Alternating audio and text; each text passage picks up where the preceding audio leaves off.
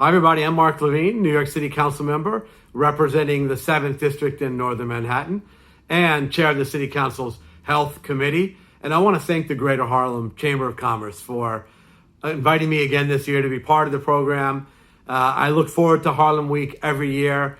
It's not the same not being with all of you in person, but nonetheless, an important week, a great event to celebrate Uptown. And I'm pleased that you're once again focusing on healthcare, and particularly this horrible pandemic, which is an ongoing crisis for Uptown, for New York City and beyond, and which has exposed incredible inequalities for our city, painful inequalities that are the results not just of inequality in recent months, but of years and generations. The numbers are really stark. In fact, the fatality rate from the coronavirus for African-American New Yorkers is double that of white New Yorkers. And if you look at the numbers on a neighborhood level, on a zip code by zip code level, it's even more dramatic. Here Uptown, in the zip codes of Harlem and nearby neighborhoods, the fatality rate is 5 times what it is relative to wealthier and whiter areas. And it's as much as 10 or 15 times greater if you go to some of the black and brown neighborhoods of the outer boroughs. And this has been a long time coming because of inequalities in our society on every front, including housing, because we know this virus spreads more easily in crowded homes. And that's unfortunately the nature of our housing stock here Uptown. This inequality has been driven by employment patterns, because it's essential workers who have been out there in contact with the public, performing vital services throughout this crisis, but have also been exposed. And that is disproportionately people of color, and that's driven higher rates of the coronavirus among the ranks of those essential workers.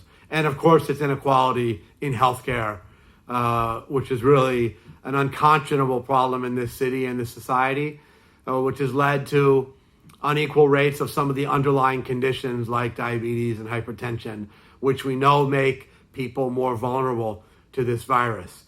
This is a problem not only to look back on, but this is a problem going forward, because this pandemic is not over. We are still seeing about 350 new cases every single day in the 5 boroughs. That number for the last couple of weeks at least has been rising, particularly among young people. We're seeing many cases, about a fifth of the cases are people who've come from out of state, come from states where the virus is much more prevalent. And that's certainly a trend which threatens us.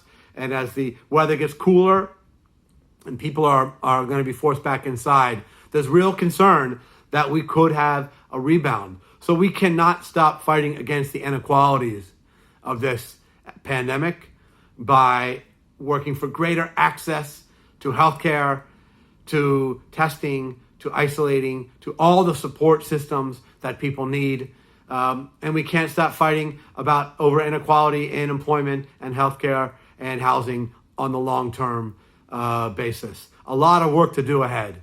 I know that the Harlem Chamber is deeply committed to that all of you as part of this program are deeply committed to fighting those inequalities. As your partner in the City Council, as chair of the Health Committee, I'm in for this fight as long as it takes.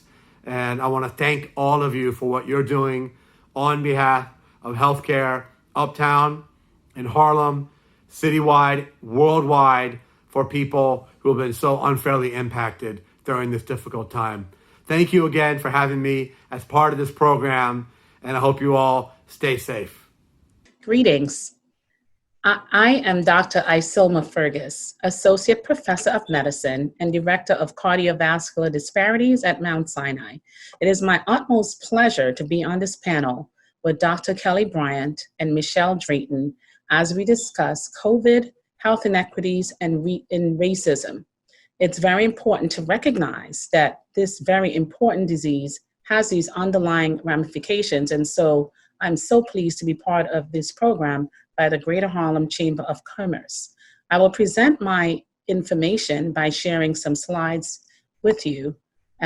So let's just bring up these slides. So what is COVID? COVID-19 is a coronavirus that was discovered in Wuhan, China in 2019. This virus affects humans by getting into their membranes and causing primarily a respiratory illness that affects lungs and airways.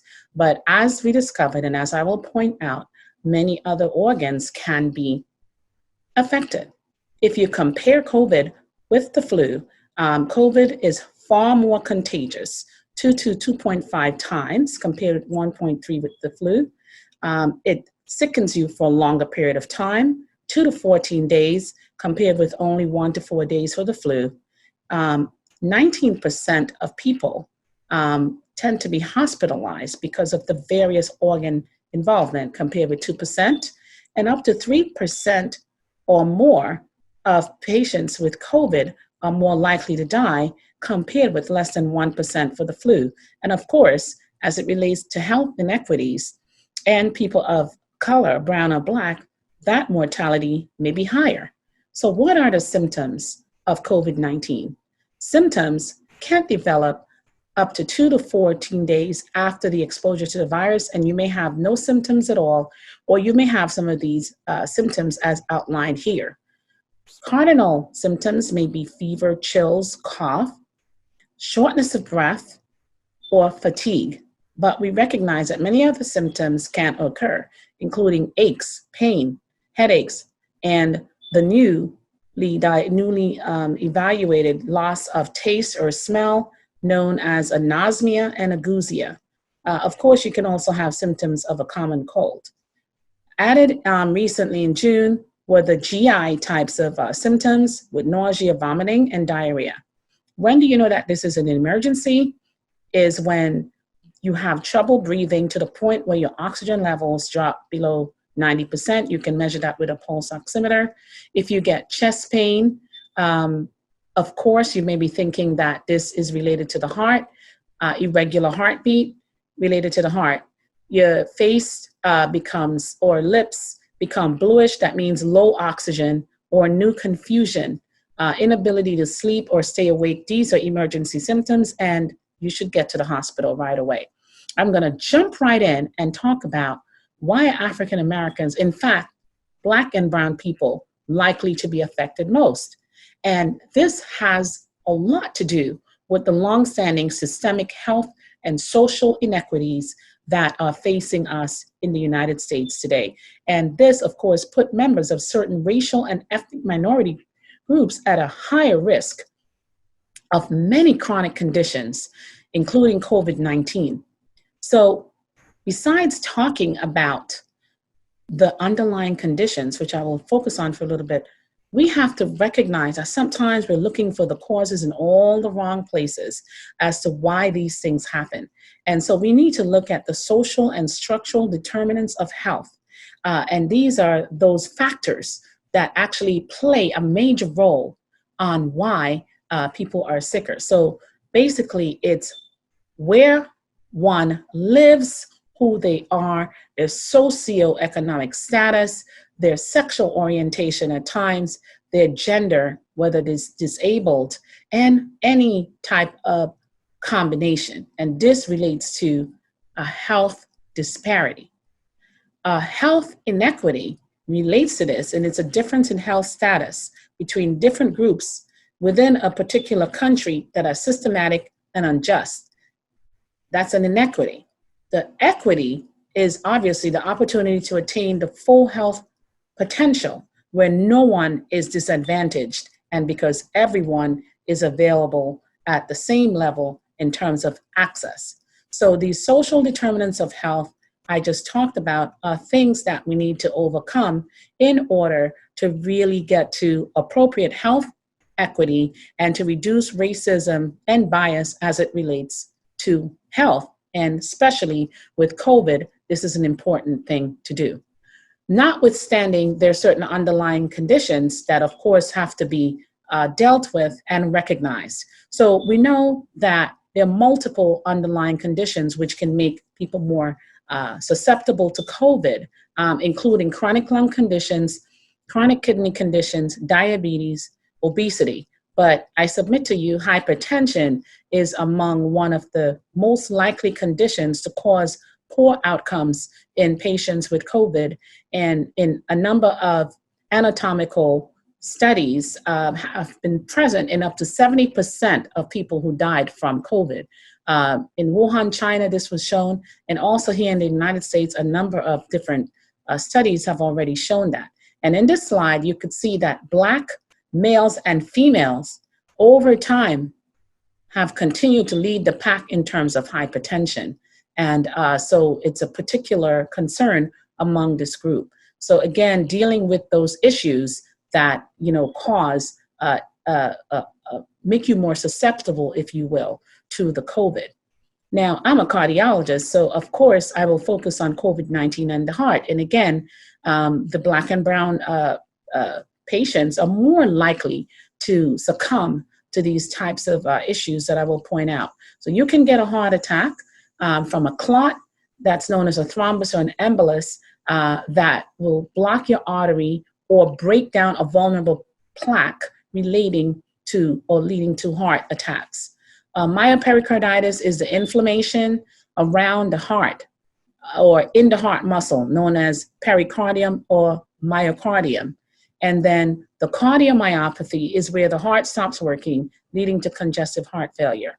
Along with that, I have seen a lot of Black and brown patients that present with an irregular heartbeat known as an arrhythmia, in particular atrial fibrillation, which is related to the COVID-19.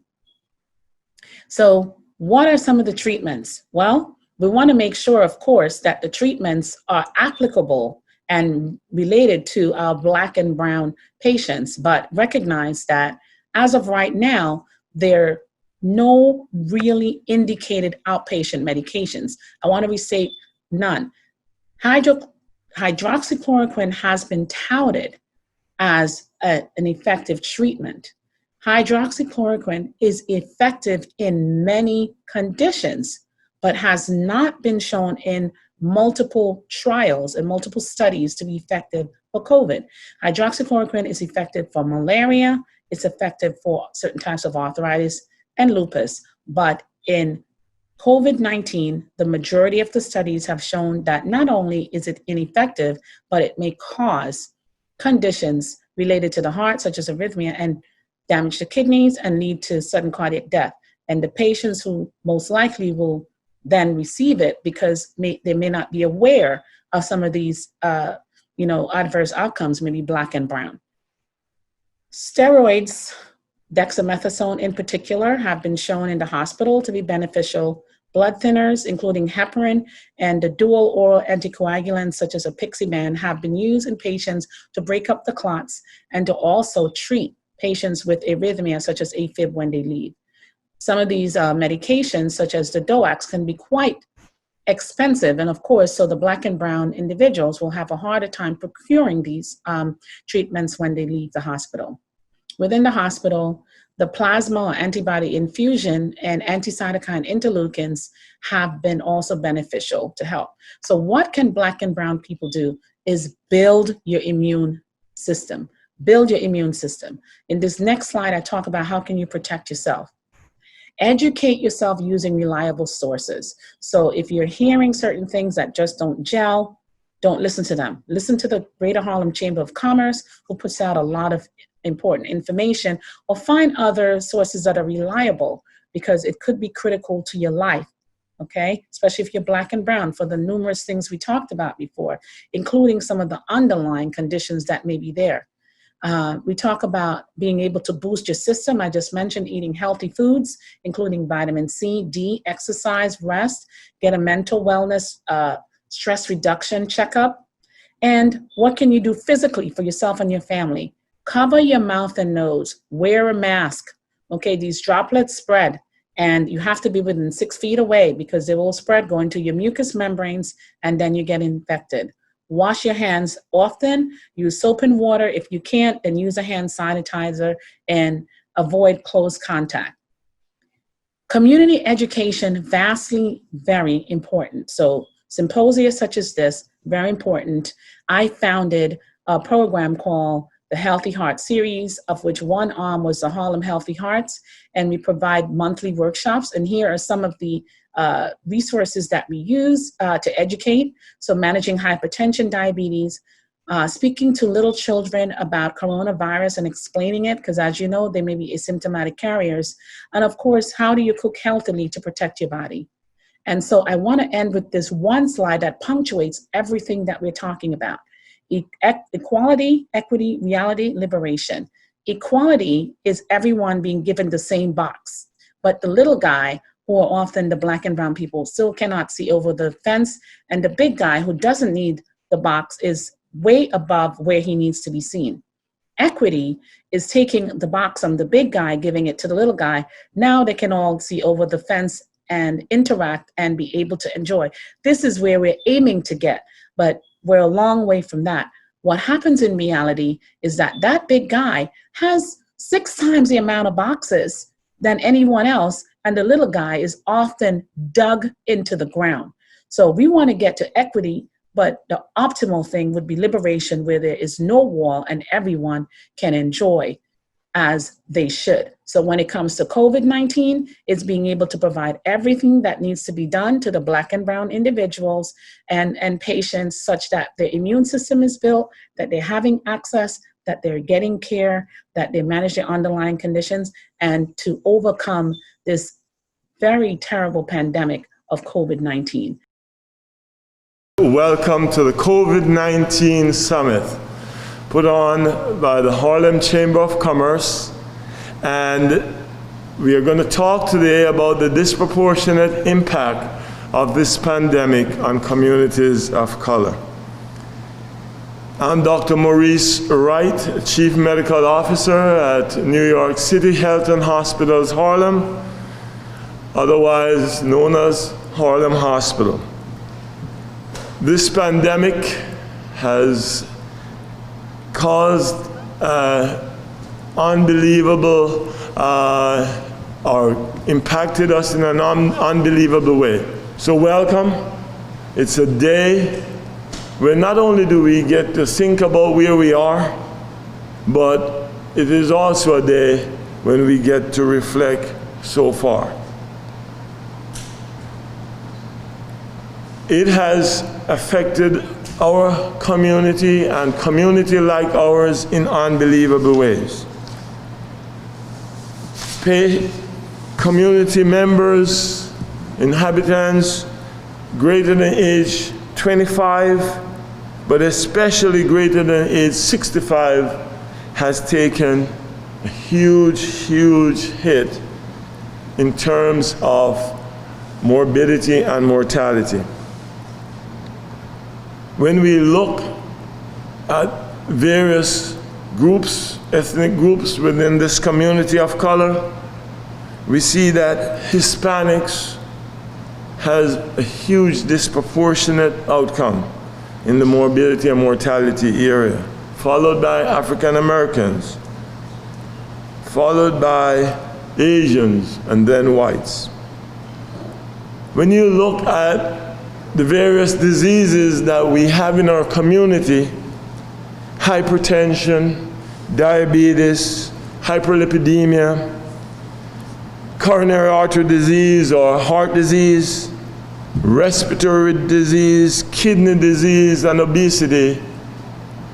These are comorbid conditions rampant in our community that we are trying to address, but that seems to be linked to this pandemic in unbelievable ways.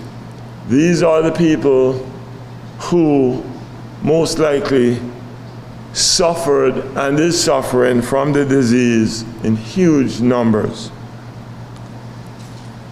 Those who had one or more of these comorbidities, but especially greater than 2, and the more seems to add on to its impact, suffered the most. Those who arrived and went straight to an ICU seem to have done worse also. When we look at the mental health aspect, I can tell you that even the healthcare professionals on the front line, and especially those of us that live in the community seems to be suffering the long-term effect mentally, if not physically. And it is a true outcome of this pandemic. Now, over the last 10 years, I've been a chief medical officer at Harlem Hospital, and I've spent my time helping to design systems that are effective to deliver care. When I was in medical school over 30 years ago, I remember the lecture when in infectious diseases they talk about one day we will see the 1980 pandemic. And I used to shrug it off, 1918. And I'm talking about the 1980s. And I say, oh, I'll be long gone. It's a lot of people have come and gone and there wasn't a pandemic. Little did I know that I would be in the middle of one. In helping to design a system which is reflective of the care we deliver, no one could have imagined this. And so you can imagine, yes, we have a system. That system was stretched beyond belief. And you'll hear a little bit more of that when especially Dr. Wang Lama speaks to you. In designing any system to respond to healthcare emergencies, you need the help of the community, you need the help of the elected officials, and of course, intimately the help of your colleagues around the nation. We saw a tremendous, tremendous response. So I can talk about the fact that the hospital expanded rapidly to accommodate many more patients than our staff had seen, at least in my time there. And then you can imagine in expanding that facility, we needed staff. And we were able to see others come in to help us. The military, I want to give a big shout out to them. I want to give a big shout out to the other healthcare professionals that poured in from around the country to come and help us. I remember thinking that it would take about 3 weeks after it started on the West Coast before it got to the East Coast. Little did I know it was right here already. And one day, March 16, the floodgates opened up on our community. It has been quite a journey. Professionally, I responded as expected. Do the most you can with the resources you have for all that you can. Little did I know that I would come down with the disease also. Little did I know that in taking care of others and doing the best not to get the disease, that I would become afflicted by it. Thank God I can say that my journey was an easy one with the virus. A day of fever, 3 days of back pain, and I guess all the prayers that went up, I didn't have much to complain about. But I did see its effect in an unbelievable way on my brothers, sisters, mothers and fathers in this community. So I thank the Harlem Chamber of Commerce for getting us all together for this summit. I look forward to hearing what each and every one of our panelists have to say in their area of expertise. And I want to encourage all that are viewing this to remember that some of the rules are pretty simple. Let's follow them. Face shield, hand washing, be distant from those other folks around you when possible. And please, please do not become silent to others in carrying out that mission. Thank you. Thank you again to the Chamber of Commerce and all the panelists who will be part of this great summit. Thank you. Dr. Wang Lama, and let me just say, I have known Kim Moy for many years, but I saw a new side of her through this pandemic. Born and raised in Ecuador, and she completed her medical school in her native country, trained in internal medicine at Jacobi Medical Center in New York, completed her pulmonary and critical care fellowship at Northwell North Shore, Long Island Jewish Hospital, and joined Harlem as pulmonary critical care faculty in the Department of Medicine in 2014, and transitioned to Director of Critical Care in 2018. I can tell you her work on the front line was exemplary. She led us and led those various teams as they expanded and produced the very good to great outcomes that we had at the hospital. Dr. Wang Lama. Good day. My name is Dr. Kimoy Wong Lama. I'm one of the pulmonary critical care doctors at Harlem Hospital, and I'm going to be sharing a little bit of our experience at Harlem Hospital during the COVID-19 pandemic. Harlem Hospital was in the center of the New York City COVID-19 2019 outbreak. Harlem Hospital serves a large community in Harlem that was affected disproportionately by COVID-19. We saw a rapid increase in the number of patients and the number of cases, with a very fast, severely rising acuity of illness that affected our hospital and our community in an unprecedented manner. In order to accommodate to the rapid increase of patients and acuity, Harlem critical care units had to triple their capacity. The number of beds available in the medicine and surgical floors had to double as well in order to accommodate the rapid influx of patients through the ER. This had to occur in a matter of hours and days. The number of mechanical ventilators available in the hospital were always sufficient, but we have to rise from usually using 10 ventilators a day to using 4 or more ventilators a day in less than 5 days. At times, it was considered that the emergency department, the medicine and the surgical floors, as well as some of our surgical spaces or outside the operator rooms, were small or satellite invasive intensive care units that were supporting the rapid increase of patients. We witnessed a very rapid and disproportionate increase in cases affecting young male adults. These patients rapidly flooded our units, as well in the critical care units and on the floors, with severe respiratory distress and illnesses that required most of the time invasive mechanical ventilation. Most of our patients were African American and Hispanic. The rapid increase of patients was only matched with a quick fire of medical literature that was coming from countries outside of the United States that had been facing the same clinical challenges for several weeks prior to us, predominantly from China and Italy. It was quite challenging to incorporate the literature coming from outside with the resources we had available in order to support the patients with all the resources we had and we could obtain to increase the chances of survival from this devastating illness.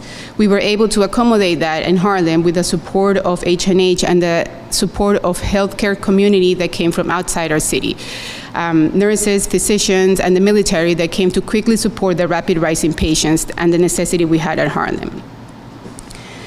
In the critical care units, the large number of patients, combined with the limitation of visiting hours and the rapid, unprecedented loss, was very difficult.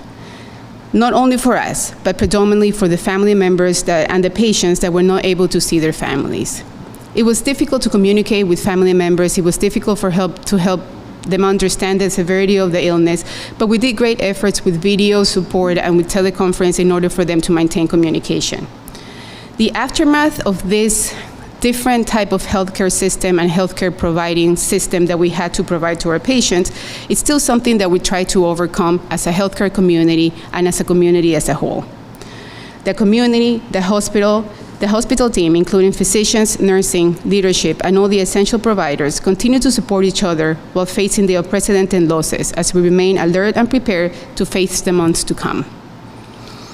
Harlem Hospital had to increase their capacity and raise the number of patients and capacity of ventilators in numbers of days and weeks. We are ready to do this again if we have to, although we hope that we don't have to do it again.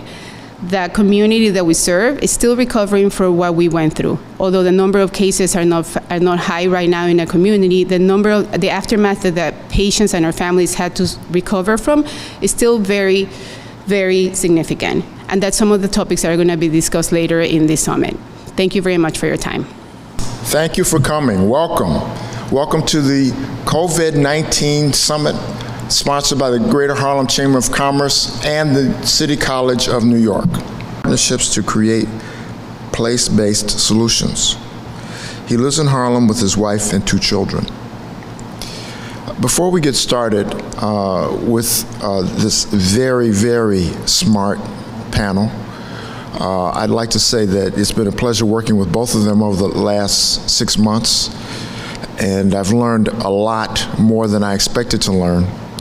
And I want to say today, while they're going to talk about disparities, they're only going to touch it with a light brush because it's a very, very deep subject intertwined with racism and years of discrimination in this country.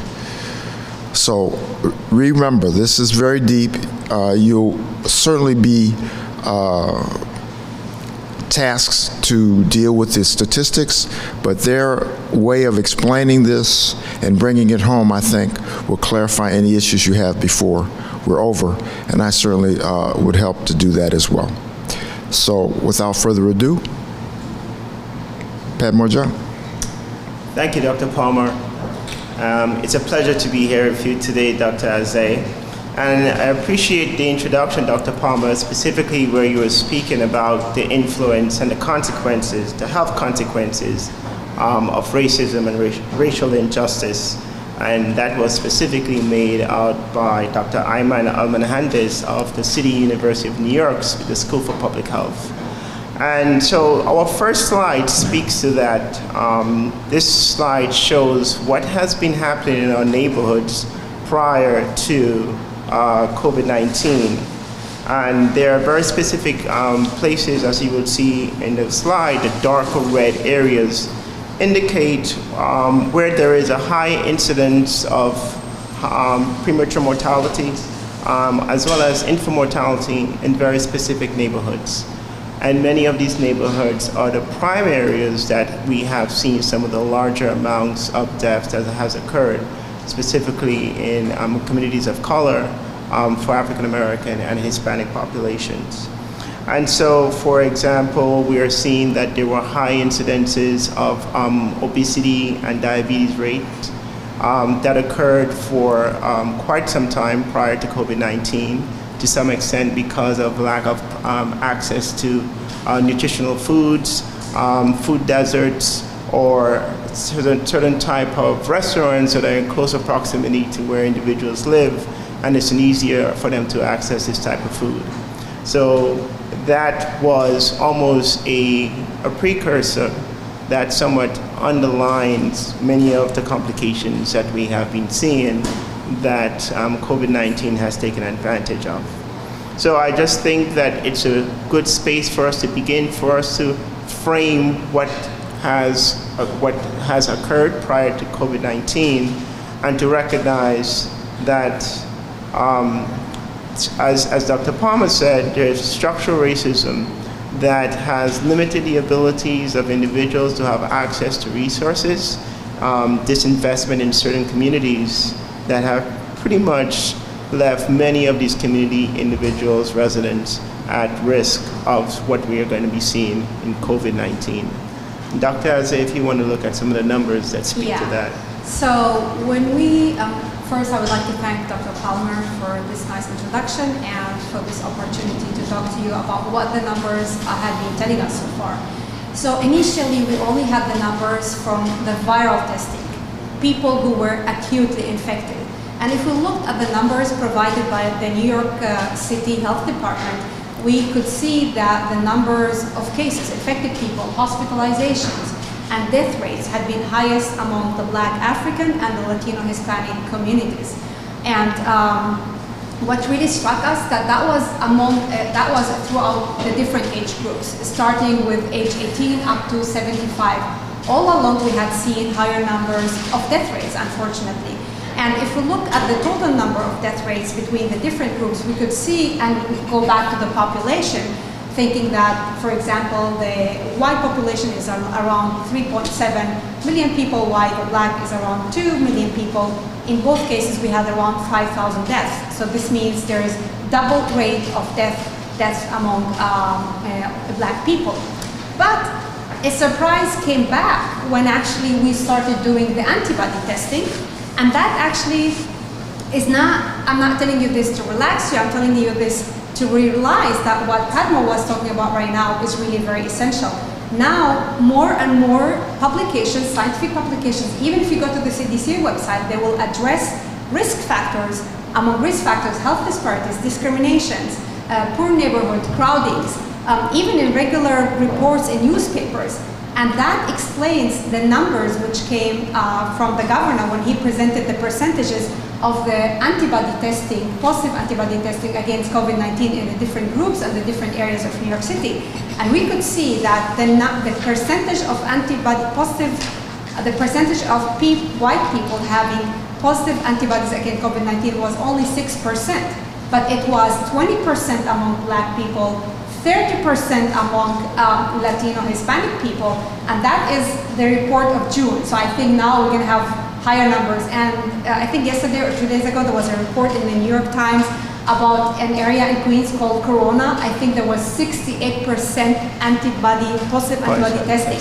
And why is that? It's due to the crowding, the kind of work these people are doing. They're doing essential work, they're in hospitality, they're serving their communities, so they have more exposure to people. So let me just discriminate between two facts here. So one thing is kind of sounds okay, because when we looked at the death numbers, we were really surprised that the death numbers were so high in the black and Latino communities. But when we looked at the antibody testing, it was a little bit kind of a relief. Why? Because if I have 30% of Latino Hispanic people who saw the infection were infected based on the antibody testing, this makes the death rates based on this number around only 0.8%, while the white people, for example, who had very low positive antibody testing, tested at lower rates for antibody, for COVID-19 antibody, then we could say that the death rate had been too high for them. If only 6% were infected and they have 5,000 deaths, this is like 2% death rates. With the black community, it was 20%, around 20% tested positive for antibody, and then this makes the death rate around 1.2%, almost equal to the Asian community. The highest death rate was actually among white people if we look at the infection rates based on the antibody testing and not only on the viral testing. But this explains actually, and says that when I have a wide number of people infected, the chance for people in these communities to be infected and maybe reinfected is higher because I have a high number of people infected. And reaching herd immunity is still a long way. So we need around 60 to 70% of people infected, and we need these people to maintain infection. Another thing we could be precautious about, and we want people to continue wearing masks, and Padma is gonna try to talk about this a little bit, is that we don't want this disease to spread wider in that direction, because the more spread you have, the more you are actually exposing your loved ones, older people, people with these risk factors Padma talked about, like obesity and diabetes, to be infected, and these people are gonna suffer from severe infections. And I'm giving it back to you. Yeah, so one of the quick things we wanted to speak about in reference to testing is to ensure that, and as Dr. Azay said, there are two different types of testing. There's a testing for diagnostic to see whether or not you are positive COVID-19, and then there's also the antiviral testing, whether you may have had it and see it was part of your bloodstream, you may have had it not before even showing any type of symptoms. That is called asymptomatic, but yet still it was within your body, but you just never demonstrated that you were sick or anything like that. So it's important for us to have those two types of testing, and it's specifically more important for anyone who has tested positive that they are able to be part of this test and trace program. The test and trace program, as Dr. Azay was speaking to in terms of the herd immunity, is to ensure that we are knowing who is positive and who they may have gotten in contact with. And that is very important. It builds a large systematic database of knowing where, how individuals are spreading the COVID, how they are being infected, impacted by this, and more importantly is what are the type of resources that they may be able to receive once they have become tested positive. New York City is providing a variety of services, including free hotel rooms, free food, other types of services and resources that will be supportive of any individual that we're able to get to. And so we are also going back into the fact that this high rate of testing around the community, as Dr. Azay said, is again, essential workers. People are typically in high density areas, high density traffic, high density in subway cars, for example, that may be very full. If you are going out a lot, having to go out because you're unable to stay home at home to be able to do your work. So these are some of the key things that we would like to be able to do and speak about. And then one other component we want to speak about is just what happens next in terms of vaccination. So I'll let Dr. Azay say, and then and just to emphasize what Padmore said, I really want to point out one important thing. Wearing masks, despite the fact that we know now that higher numbers of people in these communities have been infected, wearing masks is essential for 2 points, and I really want to point this out. Yes, some people had asymptomatic infections, but these people could eventually, if they have partial infection, partial immunity, not full immunity, they may still get infected, not get sick, and pass the virus. So please wear masks first. The second thing is, and this is really very important, that more and more reports, scientific reports, are coming out now saying that those people who had asymptomatic infections were actually exposed to lower dose of viruses. So many studies had shown areas where an infection where people got infected at higher rates, but they were wearing masks, they received very low number of viruses, which we call infectious dose. So they had a little infectious dose or inoculum. And so that's why they underwent asymptomatic infection. So please wear masks, because this will lower the severity of infections. This is what the studies have been telling us now. And this gets us to the next important point, which is the vaccine. There are like over 150 vaccines now in development. I believe 6 of them are already in clinical trials. I believe 3 of them already, or 2 of them are in third phase of clinical trials.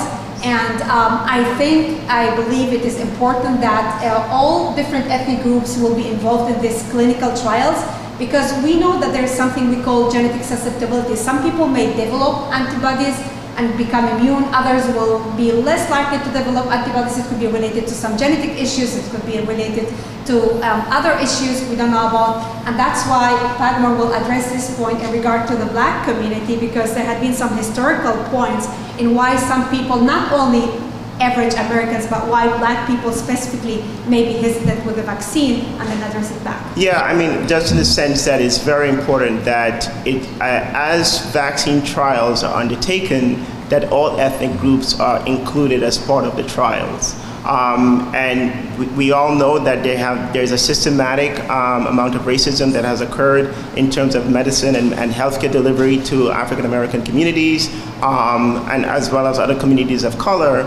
So there is a certain amount of mistrust and distrust of within these communities of vaccines and vaccine trials. So it is very important that as the messaging is going out in terms of ensuring that there is a vaccine that can address COVID-19, that there is a message of being able to speak to these ethnic communities, speak to these communities of color, and let them know that it's very important that they are included.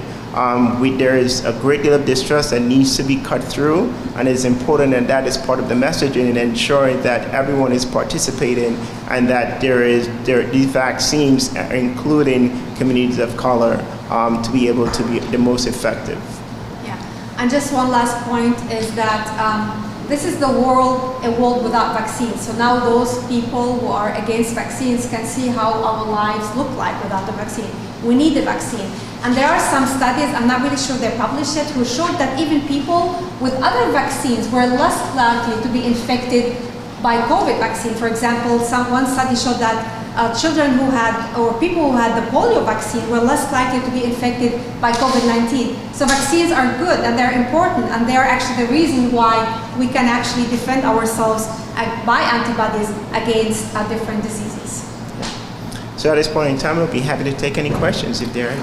Well, I just want to go back a little bit for you, because it was announced earlier today that Russia has developed the vaccine, and their president has approved it for use in their country. So we're going to very quickly see, well, maybe not very quickly, but we're going to see how effective that particular effort has been. And it goes to your point that people are moving more closely to having a weapon that will keep us safer than we are right now, because creating, I think you mentioned, the herd immunity is not working very well.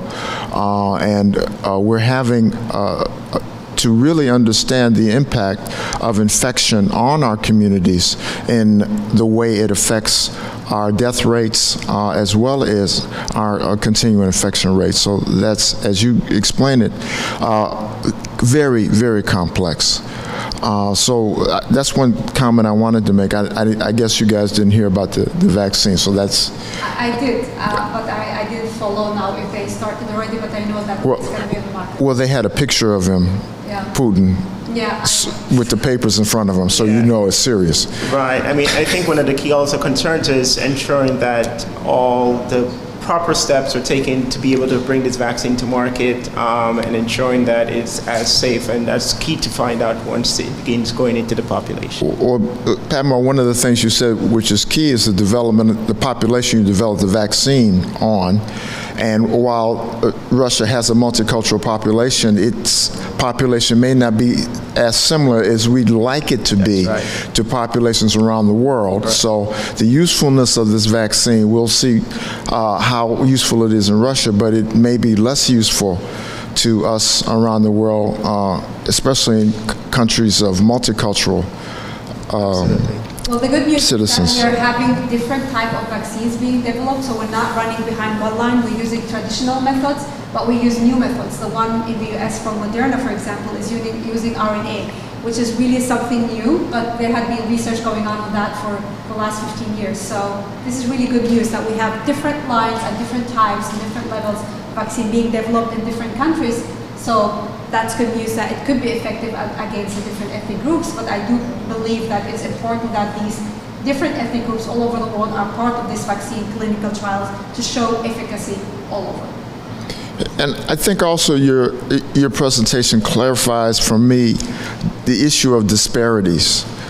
We think of disparities in the traditional way, meaning a disparity in the kind of health care you're given. This is how disparity was developed. People recognized that black folks were not insurance was not paying for their surgeries. Insurance was not paying for heart surgery. Insurance was not paying for other kinds of artery replacements that would keep people from having amputations if they had diabetic issues.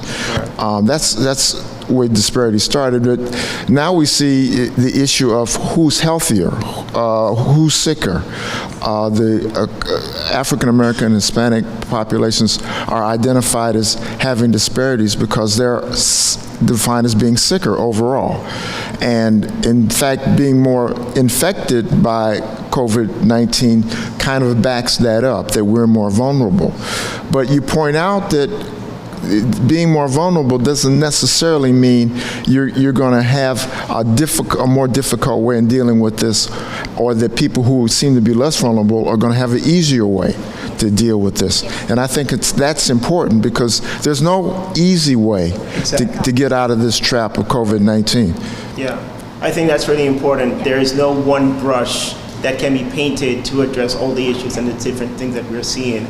Dr. Aze indicated that there are there are constantly new things that are being found out around COVID-19. And what's important about that you mentioned, Dr. Palmer, is that there is a need for us to have very discernible conversations and communication and messaging with those individuals who are most being impacted by COVID, and then create and tailor solutions that is very specific. So it may be different from one community to the next, right next to each other. Right, we know that between on 96th Street, the Upper East Side, and East Harlem is very different communities, right? And so it's important that, and when we are creating a solution that addresses those differences, that is historical, correct? Right? We have seen it for over 20, 30, 40 years in terms of differences that's been coming out in terms of healthcare. And for us to be able to create a solution that is specific to the Upper East Side and then specific to the East Harlem as well, that's important, and it has to be engaged conversation and communication with those impacted communities.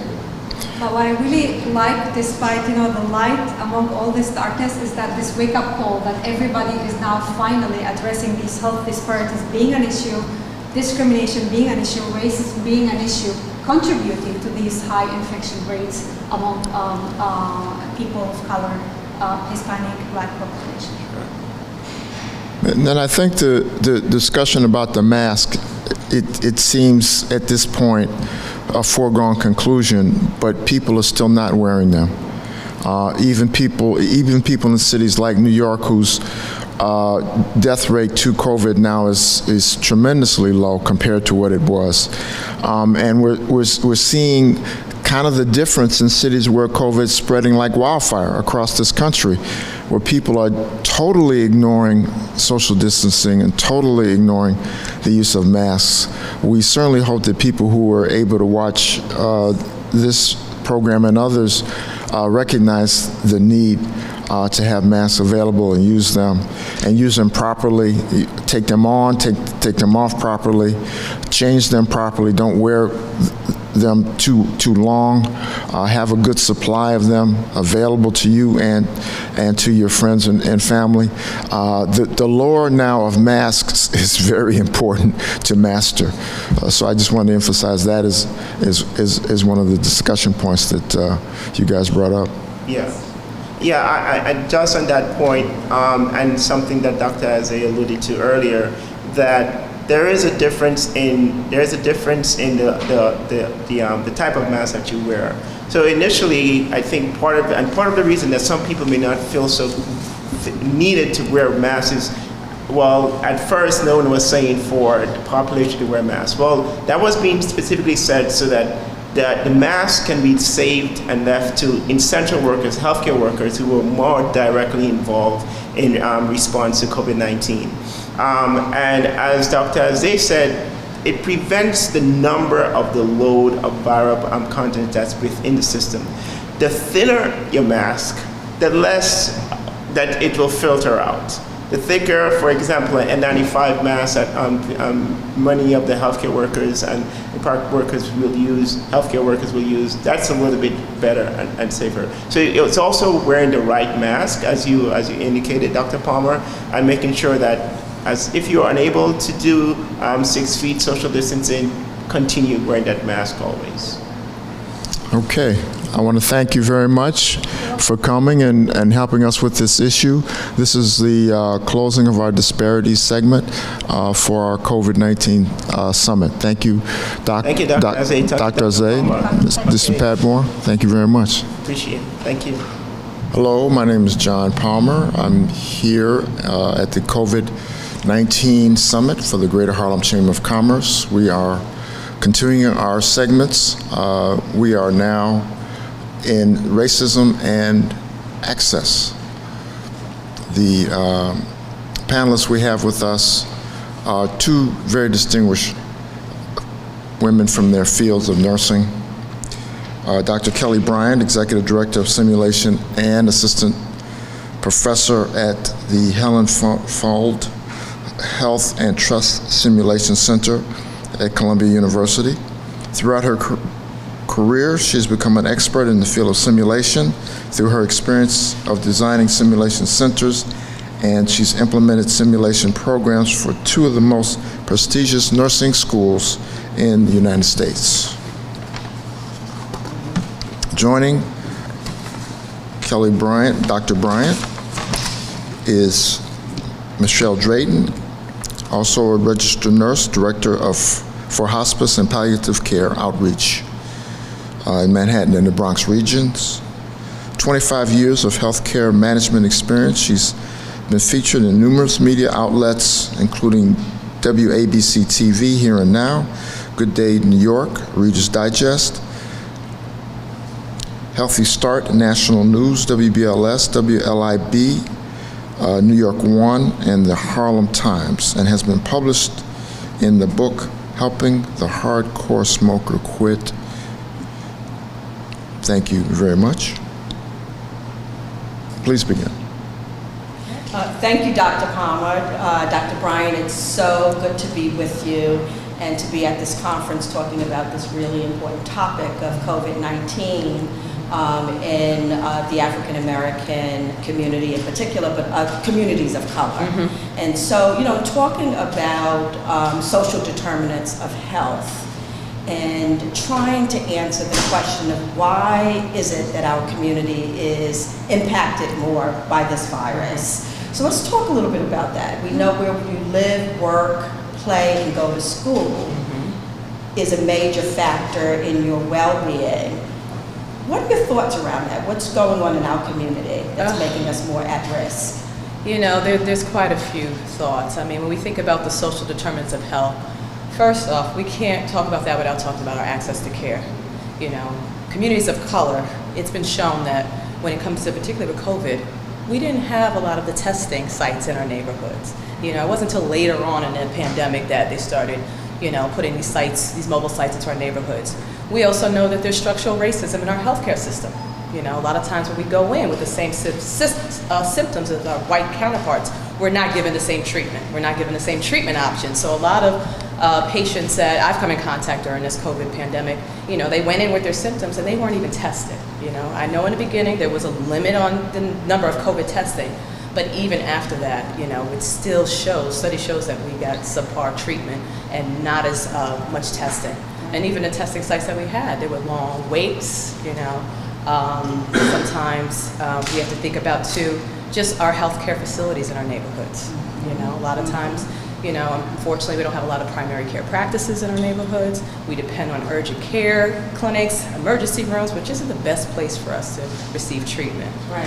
And I think that with respect to, all of the things that you just mentioned around access, testing, making sure that you have a healthcare provider, what's going on in our schools, what's going on in your workplace. We need to, I think, talk more about who needs to be tested. Obviously in New York, the pandemic, we have it somewhat under control with down about a 1% infection rate in terms of the number of people being tested. But we still need to be very, very vigilant and very careful. So in your opinion, who should be getting tested? We're saying now that everybody should get tested, and particularly the population that really should get tested is if you've been exposed to someone, of someone who's had COVID and you've been around them. People that have coexisting conditions that put you more at risk for COVID, like hypertension, diabetes, respiratory medical conditions. And also, let's face it, I myself, I'm not always diligent about wearing my mask when I'm going out to brunch with my friends, for example. I was part of the protest. So if you might have put yourself in a situation where you might not have wore your mask or you went around a large group or large setting of people, again, make sure you get tested. Right. And I think the other thing is that we all don't have the luxury to be in very large open spaces. So that, if you're living in an apartment with, a number of family members, and young children, and perhaps maybe you don't have pre-existing conditions like the ones that you mentioned, but you're over 65. I think even in that instance, it's very, very important to be tested. Absolutely. Let's go back to the issue of having a healthcare provider. Yes. And many of us use clinics. Sometimes we use the emergency department to get our health care. We really need need to make sure that we have a trusted provider. What do we say to our community about making sure that you have access to a quality provider who can answer your questions and take the time that you need to understand the disease and understand the risks? It's very important because, a lot of times when you go to these urgent care and emergency department, their goal is to get you in, get you fixed, get you out.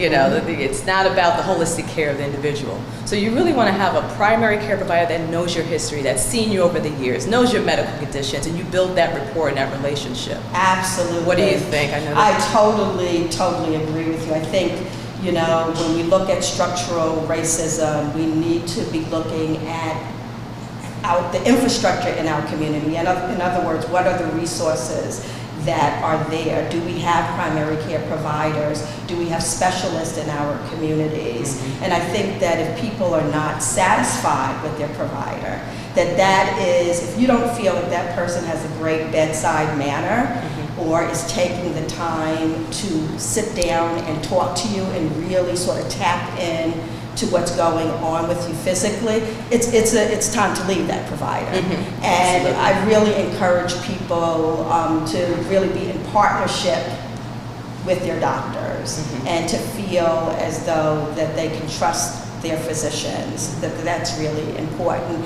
And just as we were talking about it, not today, but certainly in past conversations, there are nurse practitioners and other types of providers that people can be going to in our community. And how about our schools? September is right around the corner. Ooh, that's a hot topic. It is a hot topic. And in fact, I was listening to a medical professional today. We thought that, children were not as impacted, and now we're finding that over 100,000 children are positive for the virus, and many schools that have opened have to close. So what are your thoughts about, the school? And I just want to add on, too, that the recent studies have shown that kids are actually carrying higher loads of the virus too. So we got to think about that impact, because those children, even though they may not be showing the symptoms, they're bringing that virus back to the homes where they may be living with their parents and their grandparents. And again, that's a susceptible population that we're worried about. Absolutely. So, and I think the argument that children won't use a mask is not correct. I have to say I have a 4-year-old, and sometimes he's more diligent about wearing a mask than I am. I think there's a way to explain to our children why we're wearing a mask, why we're social distancing. So I think that, when you're considering whether or not your child should return to school, it's really important to sort of tap in and connect with the school to find out what they're doing to keep your children safe at home. Yeah. So what other, in terms of testing now, so there are a lot more testing sites. Let's go back to that, right? There's almost over 600 testing sites in the city. There are. Do you know if there are any free testing sites? There are free testing sites, and I always refer anyone who's looking for a testing site to really go on. I mean, even if you Google just New York City COVID-19, the New York State Department of Health has a great website where you can just put in your address and it'll list all of the testing sites. And a lot of them are free, so we can get rid of that myth that you have to have insurance or you have to have money to get testing, because now they're readily available. There's testing to see if you have the virus, which is called the PCR test, and there's also tests to see if you have the antibodies, if you've been exposed to COVID in the past. And they're also making it easily accessible. I've seen testing sites in churches, barbershops. So I think that was, at least one of the positive steps I've seen in addressing the lack of testing in the communities of color. Absolutely, and another resource is newyorkcity.gov. I myself used that as a resource and was able to get tested for free.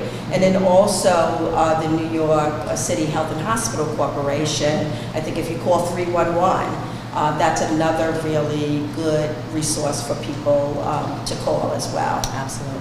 So let's talk a little bit about what do you do if you find out that you're positive and you live, let's say, in a household where you have many family members living, in your apartment. What are some of the things we have to consider, what we want to tell our Absolutely. patients? So, I am the Director for Hospice and Palliative Care at Visiting Nurse Service of New York. It's one of the largest home care organizations in the country, and you can get care at home. So, the thinking that, that means that you're going to automatically be hospitalized That is not necessarily the case. I think that is another argument for being tested early so that your symptoms don't become so severe. So most of the times, if you're COVID positive and you're not experiencing severe respiratory symptoms or other related symptoms, you're really told to quarantine, to stay at home a minimum of 14 days. You know, if you're unable to social distance, if you can work something out with your family members to, you know, and suggest that, listen, this is a 1-bedroom apartment, I'm gonna have to stay in my bedroom for 14 days and you're gonna have to, you know, camp out in the living room. So I think that that really, you know, is a bit of a myth that if I'm COVID positive, it means that I'm gonna have severe illness. That in fact, that may only exist, I think, in 2 out of 10 cases. So it's like a 20% chance. Now, if you are hospitalized, you know, then, you know, there are a number of things that you could be doing to make sure that you stay in contact with your family, making sure that you have a cell phone, and I would say making sure that you have an advocate, a trusted friend or family member that can stay connected with you while you're in the hospital. Yeah, and one of the things I want to particularly note for communities of color, you know, they always say, well, you quarantine and just have people bring you food, but we got to think about sometimes in our community, we don't always have access to food, to have people that, you know, are willing to come over and provide food for you, or even being able to stay in your room, you know, for 2 weeks. So I just want to address some of that, and one of it, I have to just tell a story that, you know, when I first was working during the pandemic, I was redeployed to a COVID testing center. And I'll never forget, I was on the phone doing follow-up calls, and I had to actually let people know that they had COVID. And I thought I was just going to call, you have COVID, this is what you look out for, you have the signs and symptoms, here's when you go to hospital. But what I was finding was that people, you know, they took the news of getting the COVID fine, but it was now you have to quarantine. Well, how am I going to get my food? How am I going to go to the doctor's office? You know, I don't have transportation. How do I live in a place where I'm renting a room and I have other people who now know about my diagnosis and have kicked me out and told me I need to leave in the middle of having COVID. So how do we, you know, kind of address some of those other social determinants of health, those other issues that come up with that diagnosis of COVID? Absolutely, and I think the other angle to that is the feeling of social isolation and needing maybe some support, emotional support services. You know, I really would encourage people to pick up the phone because they may not have a computer in the house. You know, telehealth is a big piece these days. So pick up the phone, dial 311 as a resource for Meals on Wheels. You know, there are a lot of now food programs and food banks that are delivering meals. If you know of a local church, it's very, very likely that they've set up a system where they can support you with food. But you know, I also think that we need to know that it's perfectly okay for people to pick up the phone and say, I need some emotional support. We are all traumatized. All of our lives have been shifted in ways that are very, very unfamiliar. And you know, I also encourage people to stay connected with family and friends because everybody is going through this. I agree. Great topic. Can we just cut it for a second? So how many minutes, Stephanie, you haven't been keeping us up. How are we doing? Okay, but you gotta tell us how many minutes because we need to know how much more we need to be discussing. You've got 5 minutes up. 5 minutes, okay. You know we're going to end it on. Remember? Remind me. Little quick reminders to walk away, the mask, all that, test. Okay, great, all that. Right, yeah. And they should have Did we miss anything that we had talked about? I think that we did. I think we did above and beyond what we talked about. We did. That's the beauty. John, any 100,000? 100,000? Say it again? 100,000? Are you kidding me? No. You just dropped that bomb and walked right away from it? So let's do it. I mean, that's what I've been thinking since I heard that. That's all I've been thinking about. But not even that. Don't forget, the kids might have COVID. Remember, they were getting that Kawasaki type of disorder. Yes, multiple inflammatory system disease. So we're going to pick up from stay connected with families. Say that one more time. Stay connected. So I want to go back into that. Okay. Right? So they're going to pick up from... Wait, can you just give us 1 second though, just to figure? All right, So so we're, they're picking up from like the mental health, emotional support, and the importance of staying connected. just trying to remember if we talked about friends. everything else. And so that might be a really nice transition to say, you know, let's our time is almost up. Okay. Let's give people some, Some tips. and recommendations and resources for managing this. Well, just some last minute reminders. You still want to have your 6 feet social distancing, even though the numbers are good, you're not out of the woodworks. You still want to wear your mask, and when we say wear your mask. And if you need to get tested, do it. Anything else? And pay attention to signs and symptoms. In your children too. That will bring it back to signs and symptoms in your children. Yes, yes, yes. Okay. So you guys are good? Yep. Just keep talking until you see either her or me come and do this. We'll give you a 2-minute warning when we have 2 minutes left. Okay. So just feel comfortable and just keep on talking. We have not forgotten about you. Okay? No, it's just that sometimes too, we We just run out of need topics. production highlights. Because They're just free flowing. All right. Thank you, sorry.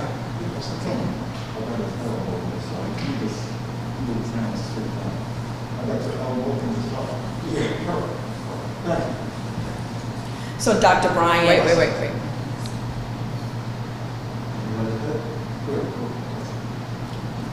Dr. Bryan, as you were mentioning, you know, the emotional pressure that we're all facing, you know, during this pandemic, the importance of staying connected and getting support from family and friends. Now, what if I am a person who lives alone and perhaps, you know, I don't have any family? Any recommendations for what, you know, a person in that particular situation could do for themselves? Yeah, so you think about, you know, even if someone doesn't have family, are they connected to a church? Are they connected to, you know, a senior center or some kind of other organization? Maybe they're neighbors. But I definitely want to stress that these are hard times, and we also have to think about people are really struggling with mental health issues. So knowing that, again, back to what you said, 311, there are resources out there. You know, that's an excellent point that you mentioned, that sometimes we don't always use the resources that are available in our community, and that there are numerous community-based organizations. If you call 311, that's a great way to find out about the organizations and how they might be able to help you, whether it's with food, whether it's with emotional support, or perhaps you don't have a physician and you feel like you have symptoms of COVID and you want to get tested. So why don't we leave our viewers with some recommendations? Sounds good. Let's talk a little bit about COVID symptoms. Now, you know, as we learn more and more about the disease, we learn that, you know, it impacts the body in many different ways. We do know that this is a respiratory virus and that it has a significant impact on the lungs. So if you have shortness of breath, coughing, sneezing, sore throat, you know, heart palpitations, even now the gastric symptoms. So there are new symptoms, and COVID, although respiratory, we're finding out that is actually causing a lot of systemic problems also. So in addition to the symptoms that you discussed, yes, there's some people that have more of the, you know, gastrointestinal type of symptoms, like the nausea, vomiting, diarrhea. And we also, one of the key symptoms that I particularly found when I was working in the COVID center was loss of taste of smell.